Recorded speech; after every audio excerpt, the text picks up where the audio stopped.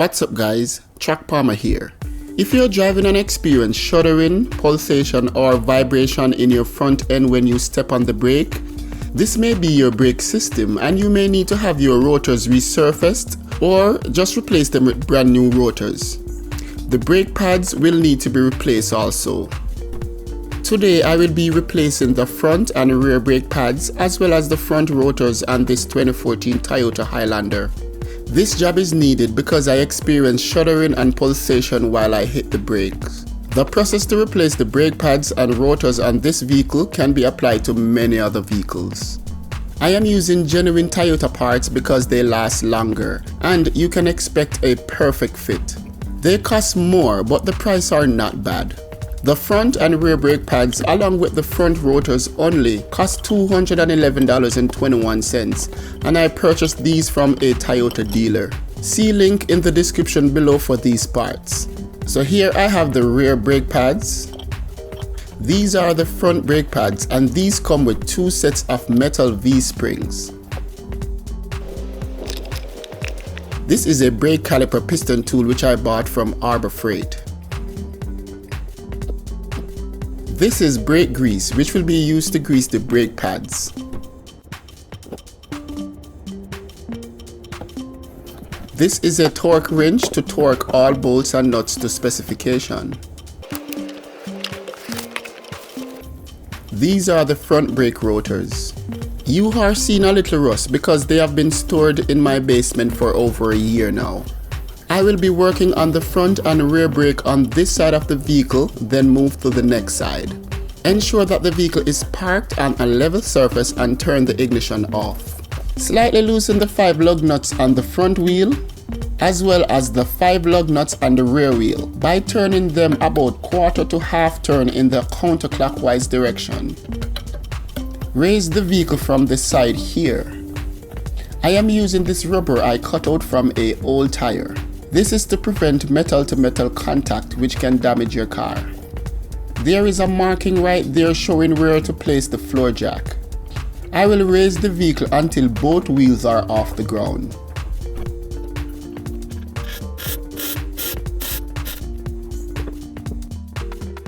Now it's time to secure the vehicle with at least 2 jack stands.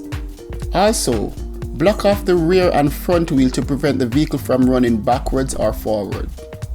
Now it's time to spin off the lug nuts and set them aside in a safe place. I am using an impact wrench to speed up the process. Carefully pull the front wheel off and place the tire under the car for extra protection. Now we can see the brake caliper brackets, the rotor and suspension. Inspection of the rotor reveals uneven wear and this is the cause of the pulsation and shuddering when I applied the brakes. This definitely needs to be replaced. The bolt heads face in towards the engine bay, therefore I will need to turn the steering to the right to have easy access to the bolts. I will not be able to do this for the rear brake though. I will just have to find a way to get to those hard to reach bolts. So the aim of this job is to remove the caliper to get to the brake pads. Then I will remove the brake caliper brackets to remove the brake rotors. I will then service the brake caliper pins, install the new rotors and the new brake pads. The front brake caliper is bolted by 2 bolts to the brake caliper brackets and the brake caliper brackets is bolted by 2 bolts to the steering knuckle. Let's continue.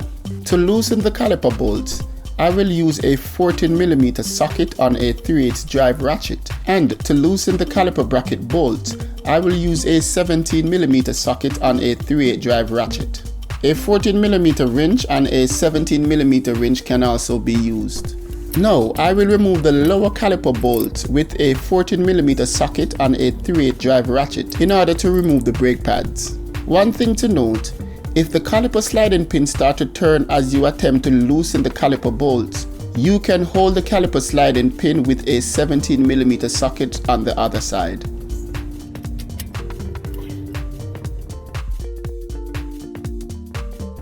With the bottom caliper bolt removed, now I can flip the caliper upwards to reveal the brake pads. Now we can remove the V-spring as well as the brake pads. You might need to keep the V-spring to reuse them if the new brake pads didn't come with any. Inspection of the brake pads revealed that they really need to be replaced. We can see that one of the brake pads has more braking material than the other, which indicates that the caliper pins need to be serviced. I will now hand tighten the bottom caliper nut, then move to the 2 caliper bracket bolts in order to remove the rotor. It might be easier to remove the caliper first, then remove the caliper bracket. This would give more space to work. These are the 2 caliper bracket bolts, one at the bottom and one at the top. You can see that I would have more space to work if I first remove the caliper. I will break the 2 bolts with a breaker bar, then remove the bolts with a ratchet.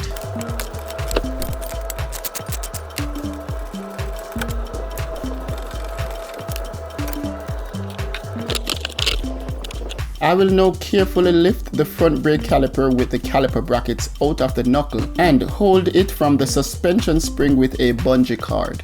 You can use anything you have though. Try to avoid stressing, kinking, bending or pulling on the rubber brake fluid hose to avoid damage. It is now time to remove the rotor. Sometimes these are stuck and you can use a rubber mallet to hit on the top and bottom or the left on the right side to loosen it. I didn't need to do that in this case though, it was already loose. Before installing the new rotor, I will compare it with the old one to see if they are a match. I can see that they are a perfect match. That is one advantage of buying OEM or genuine parts. I will now clean any protective grease that may be on the rotor with some carburetor cleaner. It is just as good as brake cleaner. Now I will install the new rotor by aligning the lug holes in the new rotor with the lug bolts. You can use one of the lug nuts to temporarily hold the rotor in place for the installation of the caliper and the caliper bracket. I will now install the caliper bracket with the caliper to the steering knuckle using the caliper bracket bolts. I will first start them by hand, tighten them with the socket, then finish with a torque wrench. I am wiggling it around to get the bolt started.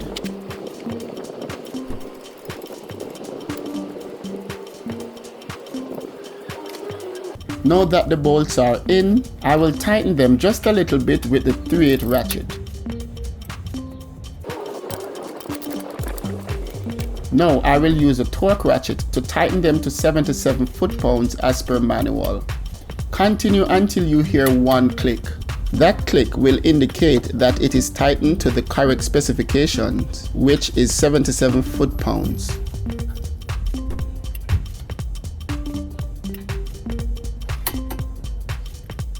I will now remove the caliper by removing the 2 bolts holding it to the caliper bracket.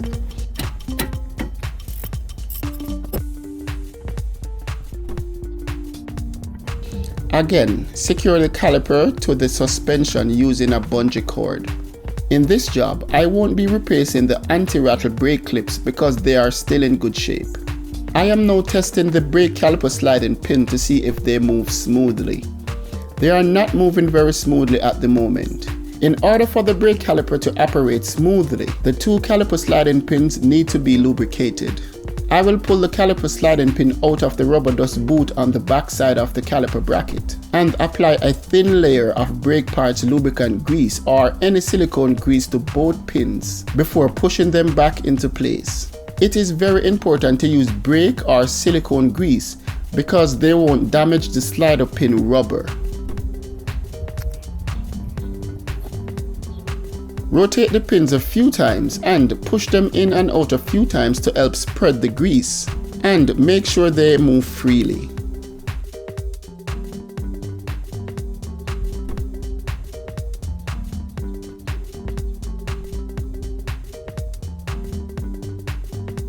In order for the caliper pins to fit over the thicker new brake pads, the caliper piston needs to be compressed back into the caliper. I will install the caliper back into the caliper bracket with just the top bolt for now. I will now use the brake caliper tool to press the piston back in. You can also use a C or F clamp to do this. I will use one of the old brake pads to evenly distribute the pressure across the two pistons. I will just need to place the brake pad here. Spin this part of the tool down so it can fit in this space.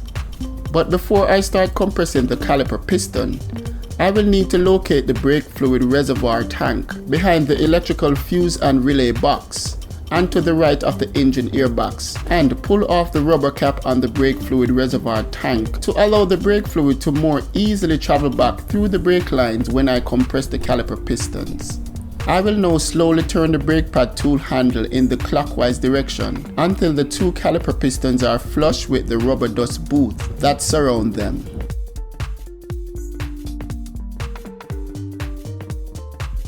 Once the two pistons are fully compressed, I can now remove the tool. If the tool is stuck, you can knock it out with something. Be sure to replace the reservoir cap as soon as possible, since brake fluid is hygroscopic and it can quickly absorb moisture from the surrounding air, which can lead to reduced braking performance. Now I can install the brake pads, but I will first grease the anti-shake brake clips. Apply a thin layer of brake caliper grease where the anti-shake brake clips come in contact with the new brake pads. Avoid getting grease on the friction surface of the rotors or the brake pads. A brake indicator bar should be situated on the top of the new inner brake pads, which should make a loud noise when the brake pads are low and need to be replaced. I couldn't source a set of these level indicators, but I will install a set before these brake pads need to be replaced. Install the two brake pads into the bracket starting at one end then to the other. Push the two brake pads together until they are flush against the rotor. Then attach the new V-spring clips or reuse the old ones. These metal clips help to spread the brake pads away from the rotor so that they do not create unnecessary friction while the vehicle is in motion. Carefully lower the caliper over the new brake pads and into the caliper bracket. Line up the bolt holes in the caliper with their corresponding holes in the caliper slider pin within the caliper bracket. Spin in the two caliper bolts a few turns by hand in the counterclockwise direction to help prevent them from becoming cross-threaded. Tighten the two caliper bolts with the 14mm socket and 3/8 drive ratchet, just a little bit more than hand tight. Then use a torque wrench to torque to 25 foot-pounds.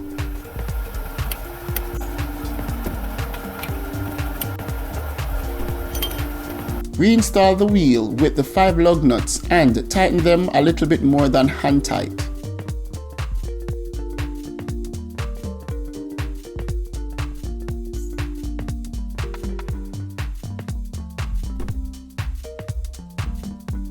I will torque these to 76 foot-pounds when the wheels are on the ground. So the front brake is done, now let's move to the rear brake. The process is very similar. Remove the tire and place it under the car for added protection. Inspect the rotor for uneven wear. This rotor doesn't need to be replaced, but the process is the same as replacing the rotors on the front wheel. If the rotor is stuck, just use a hammer to loosen it. I will remove the caliper and the caliper bracket just for demonstration.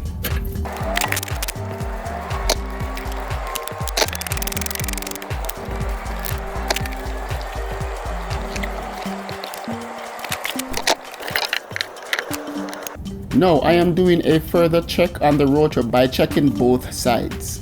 It is still smooth, so no replacement is needed. To replace this rotor though, you just need a hammer to knock it loose.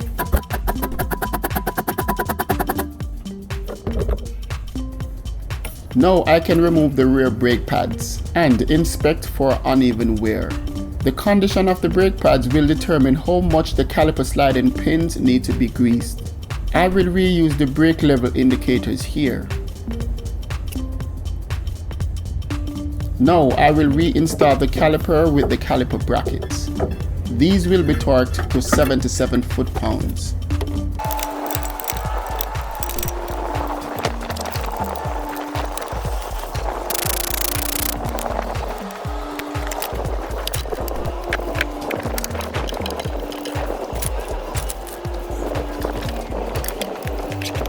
For the rear brakes, both caliper bolts will need to be removed to remove the brake pads, because if we only remove the bottom bolt, the brake line will not allow us to flip the caliper. It's too short. So remove both caliper bolts and set the caliper aside. Remember, try to avoid stressing, kinking, bending, or pulling on the brake rubber fluid hose. Test the caliper sliding pins. These are not moving smoothly and need to be greased. Pull each caliper sliding pin out by hands. If the caliper sliding pins are stuck, you can use a wrench to knock them out. Apply a thin layer of silicone grease and reinsert each caliper sliding pin.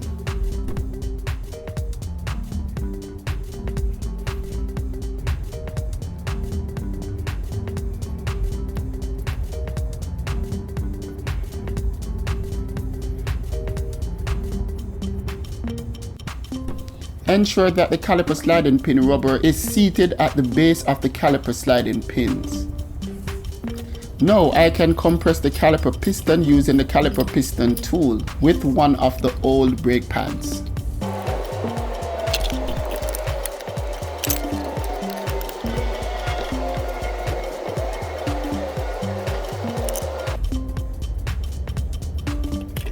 Now apply brake grease to the anti-shake brake clips.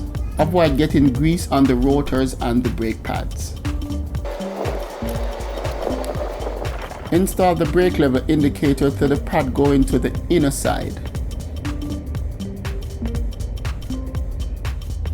Install each pad starting at one end then to the next.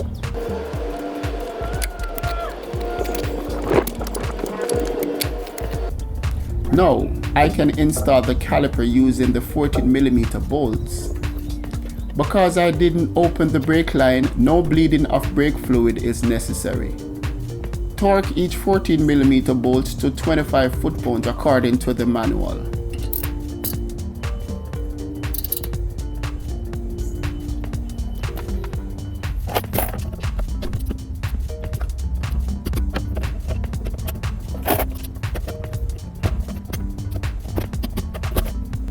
Now it is time to reinstall the wheels, but it is also a good time to inspect the suspension parts.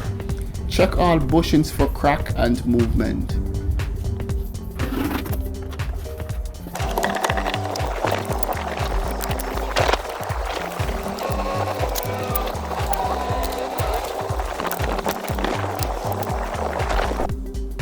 After the wheel is installed, it's time to lower the vehicle.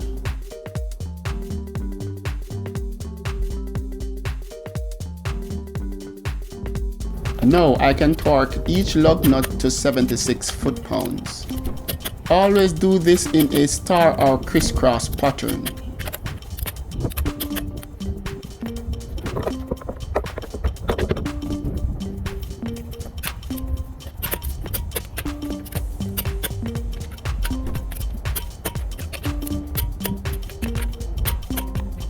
Now one side is completed.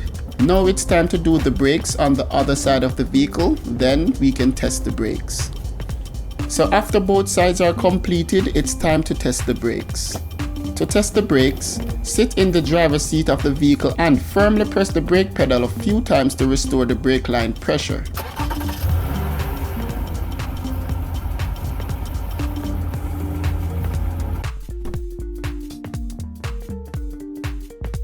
Check the brake fluid reservoir and verify if it is at the proper level.